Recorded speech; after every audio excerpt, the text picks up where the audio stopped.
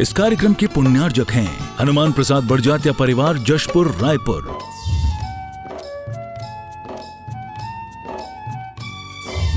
राजकुमार सुधा जैन, विनोद संजना जैन, दिलीप सीमा जैन, रासु शीतल, राहुल अदिति, पुष्पा विमल पांड्या इंदौर, स्नेहलता विकास काला जयपुर, ममता सुरेश सेठी कोलकाता, सानू अमित जैन सूरत, पूर्वा हर्ष हितांश पाटनी कोलकाता, सलोनी हर्षवर्धन जैन आगरा, वेदिका यश पाटनी नागपुर, रचित मौलिक जीनांश वांशिक धैर्य वंदित जैन।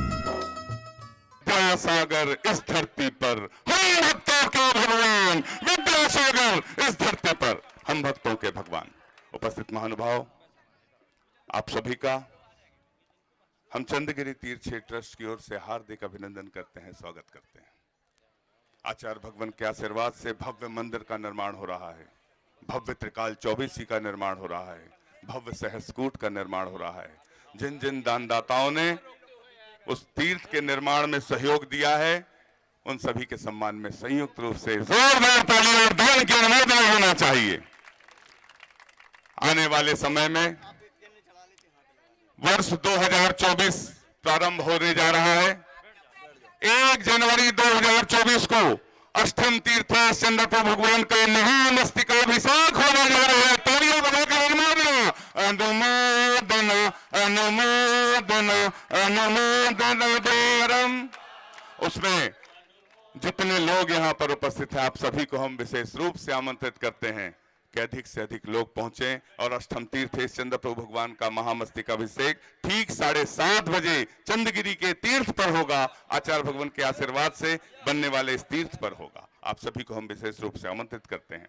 और लज्जाराम जी तोमर, जिन्होंने देशभक्ति और शिक्षा के लिए पुस्तक लिखी, आचार्य भगवान के आशीर्वाद से गणतंत्र दिवस के अवसर पर 23 जनवरी से 30 जनवरी तक www.vidyasagar.guru पर निःशुल्क प्रतियोगिता आयोजित है, जिसका नाम है वतन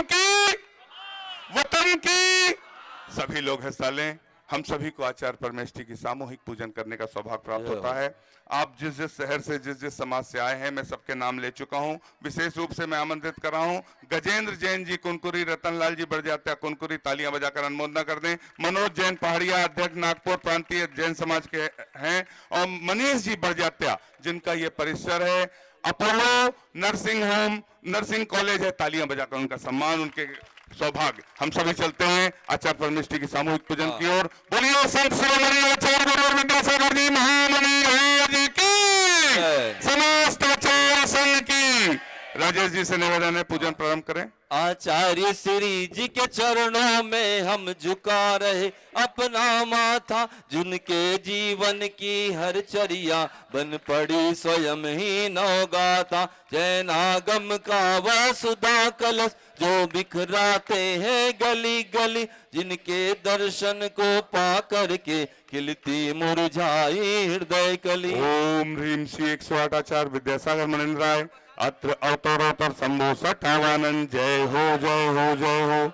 अत्र तिष्ठा स्थापनम। जय हो जय हो जय हो। अत्र मम सन्नितो भव सट सन्निधि करणम परिपुष्पांजलम छिपामि। सांसारिक वसिया में पढ़ कर मैंने अपने को भर में, इस राग देश की वैतरणी से अब तक पार नहीं पाया। तब ज्ञान सिंधु के जल कण से बहुकाल सुधोने आया हूँ। आना जाना मिट जाए मेरा, यह बंद काटने आया। ओम श्री 108 आचार्य विद्यासागर मनिंद्राय।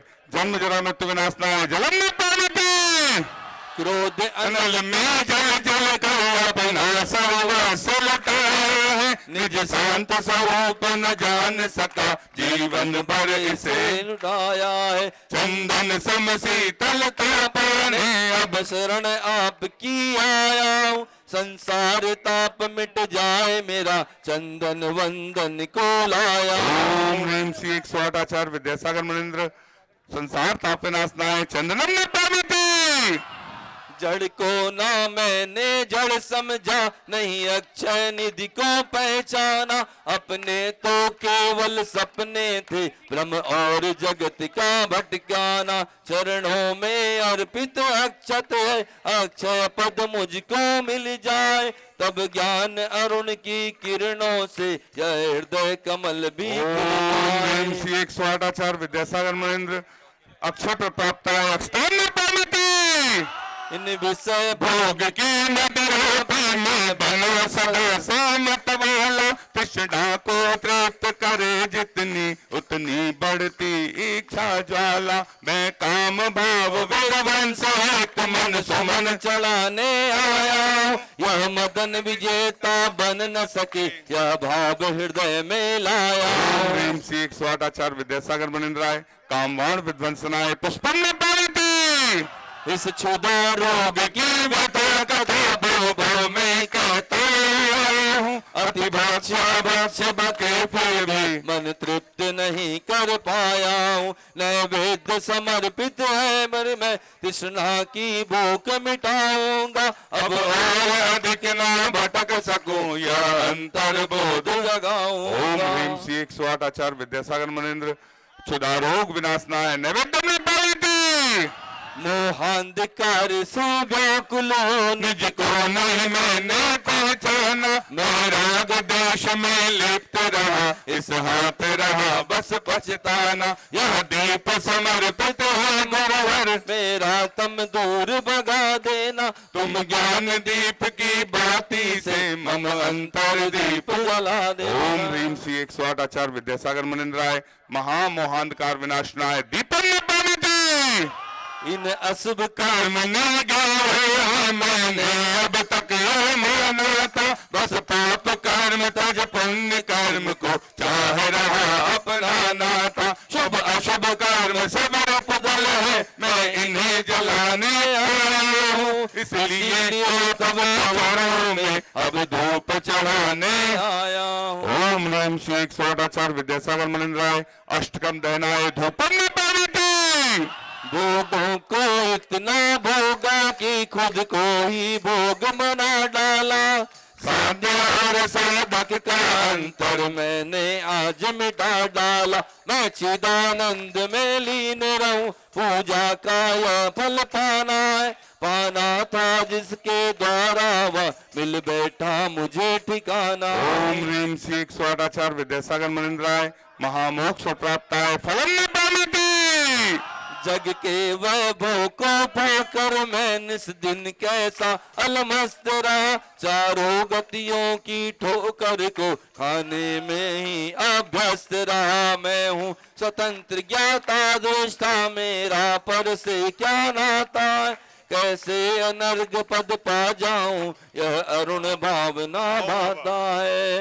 आओ बाबा पधारो बाबा, आओ बाबा पधारो बाबा, आओ बाबा विराजो बाबा, आओ बाबा पधारो बाबा, आओ बाबा पधारो बाबा, आओ बाबा विराजो बाबा।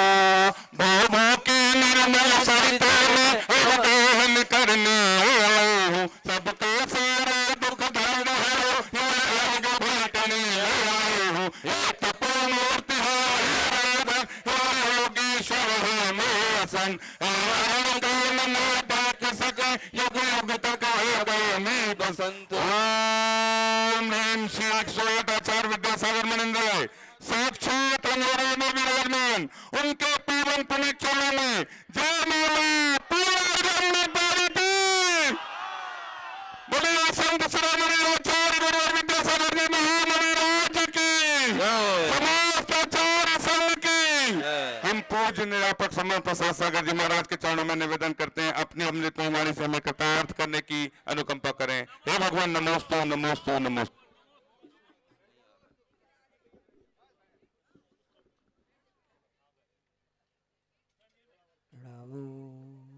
अरिहंताणं नमो सिद्धाणम नमो आयर्याणम नमो वज्रायाणम नमो लोए सभ्य साहूणम। बोलो चौबीस शंकर भगवंतों की, गुरुनाम गुरु आचार्य ज्ञान सागर जी महाराज की, मोक माटी रचयिता आचार्य परमेश्वरी गुरुदेव की, पूज्य निरापक मुनि श्री समय सागर जी, योग सागर जी, नियम सागर जी, सुधा सागर जी, समता सागर जी, अभय सागर जी महाराज की, मुनि श्री चंद्र सागर जी व निरामय सागर जी महाराज की, पूज्य निरापक स्वामी प्रसाद सागर जी मुनिराज की नमोस्तु भगवती, अनंत चतुष्टय की धनी तुम ही हो सरताज, मुक्ति बधु के कंत तुम, तीन भुवन के। ये सब पढ़ते हैं सभी पूजन में, विनय पाठ पढ़ते हैं ना। तो हे भगवान, आपने अनंत चतुष्टय प्राप्त किया और मुक्ति बधु को आपने अंगीकार किया है। क्यों किया है, किस लिए किया है, इस पर विचार किया जावे तो भगवान आपने मोह और योग दोनों से अपने आप को ऊपर उठा लिया है। आपने मोह को पछाड़ दिया है और योग निरोध करके आपने ऐसे अनंत चतुष्टय को प्राप्त कर लिया है। इस तरह आप जिन बन गए हैं। एक बार किसी ने पूछा आचार्य से, आचार्य महाराज जी, जिन और जन में क्या अंतर है? हम सभी जो बैठे ना, जन लोग, जन संपर्क से बचना चाहिए, जन संपर्क करना चाहिए। जब चुनाव आते ना, कहाँ गए भाई? अरे हम भैया, हमारे रिश्तेदार खड़े हुए हैं चुनाव में, तो हमको जाना है। किस लिए जाना है? जन संपर्क के लिए जाना है। जन मतलब आम आदमी, सभी आदमी को जन बोलते हैं, और भगवान को क्या बोलते हैं? जिन बोलते हैं। तो प्रश्न हुआ कि जिन और जन में क्या अंतर है? एक लाइन में आचार्य महाराज जी कुशल है बताने के लिए, उनकी शब्दों की माया जाल, शब्दों के जादूगर हैं, इस हिसाब से वह वाक्य विन्यास करते हैं। तो जिन और जन में क्या अंतर है पूछा गया, तो आचार्य जी ने बहुत ही अच्छा उत्तर दिया। ध्यान सुनना आप सभी लोग,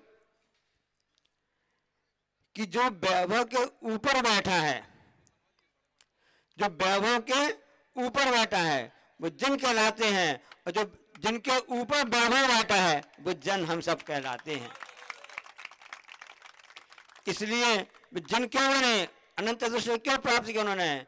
क्योंकि उन्होंने मोह को समाप्त कर दिया और वह जाकर के वैभव के ऊपर जाकर बैठे। इसलिए तीर्थंकर भगवान जो होते हैं, कभी सिंहासन बैठते हैं, सिंहासन से 4 अंगुल ऊपर बैठते हैं, और उसी रास्ते में आचार्य महाराज जी दिगंबर साधु चलते रहते हैं। इसलिए पूछा गया कि क्या अंतर है भाई, इसमें पूछा गया, तो उन्होंने बोला एक रोटी के पीछे भागता है और एक के पीछे। अपोलो आप जहाँ बैठे हुए हैं ना, भारत देश का एक सैटेलाइट उपग्रह का नाम भी है। सब जानते हो उपग्रह का क्या काम होता है? उपग्रह जब तक यहाँ रहेगा, किसके अंडर में रहेगा? गुरुत्वाकर्षण के अंडर में रहेगा, तब तक वो काम नहीं करेगा। जैसे आप ग्रेविटी बोलते हैं ना, गुरुत्वाकर्षण होता है। तो उपग्रह जो होता है उसके कार्य करने के लिए आवश्यक है कि वह गुरुत्वाकर्षण की परिधि से बाहर हो जाए, क्योंकि पृथ्वी में आकर्षण की क्षमता होती है, गुरुत्वाकर्षण होती है। न्यूटन ने नियम दिया होगा आपने ना, एक बार वह लेटा हुआ था एक पेड़ के नीचे, तो उसने देखा कि एक सेब फल नीचे गिरा, तो वह सोचते कि सेब फल नीचे ही क्यों गिरा, ऊपर क्यों नहीं गया, वहाँ किसका कारण क्या है? फिर उसने खोज की, फिर उसे बताया कि गुरुत्वाकर्षण होता है कि उसमें एक शक्ति होती है जो प्रत्येक वस्तु को खींचता है, अपने ऊपर नीचे खींचता है। इसको बोलते हैं गुरुत्वाकर्षण, गुरु का आकर्षण। यहाँ तक आप लोग बाहर आ गए। आचार्य सोच रहे थे कि सब बाहर बाहर रास्ते से जाएंगे, समाज भीड़ भाड़ नहीं मिलेगी। गुरु का इतना आकर्षण है कि पूरी भिलाई दुर्ग नहीं, पूरा छत्तीसगढ़ यहाँ पर आकर के इकट्ठा हो गया है। तो अपोलो जो उपग्रह सैटेलाइट है ना, उसने कब काम करना चालू किया? जब इन सब आकर्षण से दूर हो गया। दिगंबर साधु गुरु जो महाराज जी होते हैं, भलाई आप लोग उनके आकर्षण से चले आओ, वो किसी के सगे नहीं है, किसी का आकर्षण को आराम उनको आकर्षित नहीं कर सकता है। एकमात्र जिन भगवान, जिनेंद्र भगवान ही होते हैं, गुरु उनके गुरु होते हैं, आचार्य गुरु होते हैं। सब उनका उन्हीं से संबंध, उन्हीं से आकर्षण होता है, उसके अलावा किसी से आकर्षण नहीं होता है। तो फिर महाराज जी हम लोग आए क्यों? नहीं, आपको आना पड़ेगा। गुरु का आकर्षण आपको बना रहेगा, यही आपको गुरुत्वाकर्षण से बाहर ले जाएगा। सैटेलाइट ऊपर जाता ना तो उस परिधि में घूम रहा है। क्यों घूम रहा है? क्योंकि वो गुरुत्वाकर्षण से बाहर हो गया है। इसी प्रकार से जिनेंद्र भगवान जो होते हैं वो मूल रूपी आकर्षण से दूर हो गए हैं, तब कहीं जाकर सिद्ध में जाकर के विराजमान हो गए हैं। अब वो व्यक्ति सोचता है, वह क्या कर रहा है? वह उसने सोचा कि ऐसे दो मुनिराज आ रहे हैं आकाश मार्ग से। कैसे आ रहे हैं? उन्होंने देखा कि किस प्रकार से आ रहे हैं, तो उसने सोचा महाराज जी तो आ रहे हैं, अब क्या किया जाए? उसको अपने श्रावक कर्तव्य याद हो गया था। उसने क्या कर्तव्य सुधारा? वह खड़ा हो गया, हे स्वामी नमोस्तु नमोस्तु नमोस्तु करने लगा अपने सब सामने। और उसके यहाँ पर दो मुनिराज जो आकाश मार्ग से आ रहे थे, ऋषिधारी मुनि महाराज जी थे, ऐसे उनके लिए आकाश चांडिद्धि वगैरह होगी, वो महाराज जी वहाँ पर प्रगान के लिए आ गए। उस छत में उतर गए और उसने बड़ी भक्ति भाव से प्रगान करके उनके लिए नमोस्तु नमोस्तु करके मन शुद्धि वचन शुद्धि काय शुद्धि करके आहार जल शुद्धि, हे महाराज हमारे भोजनशाला में प्रवेश कीजिए, इस ढंग से भावना करके निवेदन करके और अच्छे भक्ति भाव से उसने आहार करवा दिए। और उसके बाद में आहार के बाद में दो मुनिराज भी दोनों वापस चले गए। चाणक्य महाराज जी थे। इस सुबह की बात हो गई। कुछ घंटे बाद दोपहर को फिर उसने देखा कि अरे दो महाराज जी फिर से आ रहे हैं, वो भी ऋषिधारी। और वो भाग के प्रसन्न होने लगी और जैसे वो महाराज जी आए प्रगान करने लगी, हे सामने वस्तु। अब वो सोचती है कि ये महाराज जी सुबह भी आए थे, फिर अभी फिर आ गए, दोपहर को फिर आ गए। हमने तो सुना था कि महाराज जी तो एक ही बार हार लेते हैं। कोई बात नहीं, होगा जैसा होगा, हम ज़्यादा दिमाग नहीं लगाते हैं, है ना। More knowledge more confusion, no knowledge no confusion.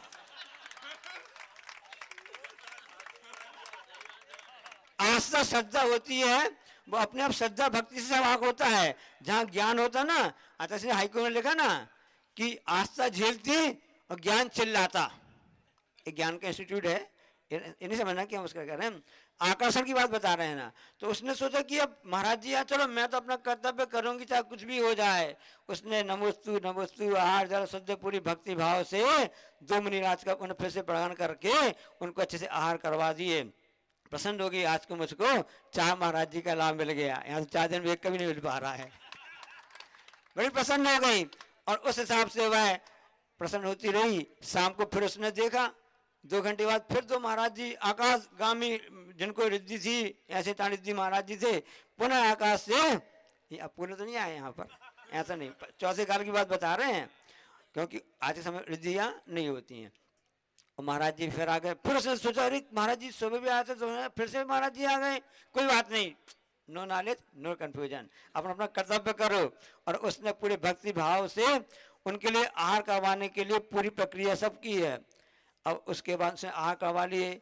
अब वो सास वाले घर के लोग, परिवार के लोग भी होते हैं, वो कहने लगे क्यों भाई तुमने ऐसा क्यों किया, ऐसा क्यों आहार किया? नहीं, मैंने अपना कर्तव्य किया, मुझको तो भक्ति भाव थे। और जब मैं उनको आहार कहा, मुझको बहुत बड़ा आनंद आ रहा था।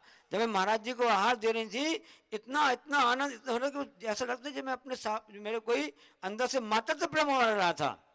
जैसे एक बच्चे को माँ भोजन कराती है, दूध पिलाती है, ऐसे मन में मेरे भाव उमड़ रहे थे। ऐसा क्यों हो रहा था मुझे पता नहीं है, लेकिन मुझे तो आज मैंने बहुत ही बड़ा अच्छा काम किया, मुझे बहुत बड़ा पुण्य किया। मेरा अहोभाग्य था कि मुझको ऐसा दान आहार दान करने का लाभ मिला है। अब शंका तो होती है, अब समाधान भी होना जरूरी होता है। फिर उनने कहा चलो पूछते हैं। पास में अवधि ज्ञानी मुनि महाराज जी थे, उनसे जाके पूछा कि महाराज जी ऐसी ऐसी घटना घटी है, अब समझ में नहीं आ रहा, मैंने अपना काम तो कर लिया, अब सब लोग कह रहे हैं ऐसा क्यों किया, ऐसा क्यों किया, है कि नहीं? सब लोग की पर सुनना पड़ता है, दुनिया में रहना है, जन है तो जनना पड़ेगा। हम सब जन, सबकी सुनना पड़ता है, सबको सुनाना पड़ता है। जिन्हें भगवान ऐसे होते हैं किसी की सुनते नहीं है, अपनी आत्मा में ही हमेशा लगे रहते हैं। ये तो बाहर से कहने में आता है कि उनकी दिव्य ध्वनि खिली, अंतर में तो अपने आत्मा भाव, अपने आत्मचिंतन में ही लीन रहते हैं। सफल उसी का है न जीवन जो तुमको अपनाता है, बीत राग सर्वज्ञ तेसी तू ही जग का त्राता है। ऐसे भगवान ने उनकी दिव्य ध्वनि में होता है। तो उन महाराज जी ने अवधि हनुमान सिंह ने पूछा ऐसा कैसा क्या हुआ है। तब महाराज जी ने बहुत अच्छी बात कही। उन्होंने कहा हे साबिका, जो तुमको परगान मिला है ना, उस साहिब का नाम मालूम क्या था? उसका नाम था देवकी। उसका नाम क्या था? श्री कृष्ण की माँ। श्री कृष्ण के पहले उनके 6 भाई और हो गए थे जो जुड़वा हुए थे, उनके जुड़वा थे। और देखो 6 के 6 मुनि महाराज, जो उनके कृष्ण के बड़े भाई थे ना, 6 मुनि महाराज जी बन गए थे। और 6 ही महाराज जी की सूरत, शकल, हाइट, हेल्थ, पर्सनालिटी सब कुछ एक सी थी, कुछ भी अंतर नहीं था। माँ भी समझ नहीं पाई कि मेरे बेटे हैं। और वहां जाकर के उन्होंने तपस्या करना चालू किया, उनको रिद्धि प्राप्त हो गई, मुनि महाराज बन गए थे। आकाशगामी महाराज जी के लोग ऐसा नियम नहीं रहता है कि वो किस मतलब चातुर मास में कभी भी आए जहाँ कुछ होते हैं। तो उस हिसाब से उन 6 पुत्रों के लिए अलका सेठानी थी, उन्होंने पालन पोषण किया था। उसने एक ने तो उसको पाला, एक ने जन्म दिया, ऐसी बात आती है ना। तो अलका सेठानी ने उनके लिए पालन पोषण किया था। और 6 के 6 भाई मुनिराज बन गए थे और उनको रिद्धि प्राप्त हो गई थी।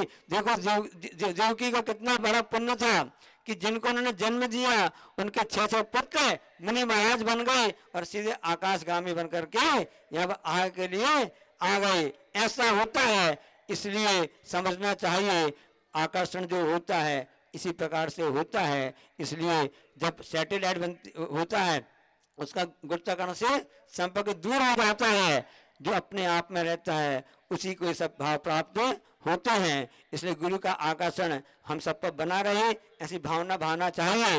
और शिक्षा के प्रति हमेशा एक्सपर्ट उदार रहना चाहिए, क्योंकि शिक्षा और संस्कार शिक्षा ही हमारे जीवन को उन्नति कर सकते हैं। अलका सेठानी किस ढंग से उन 6 भाइयों के लिए अपने पुत्र समान पालन करके उनको संस्कार दिए, जो मुनिराज बने।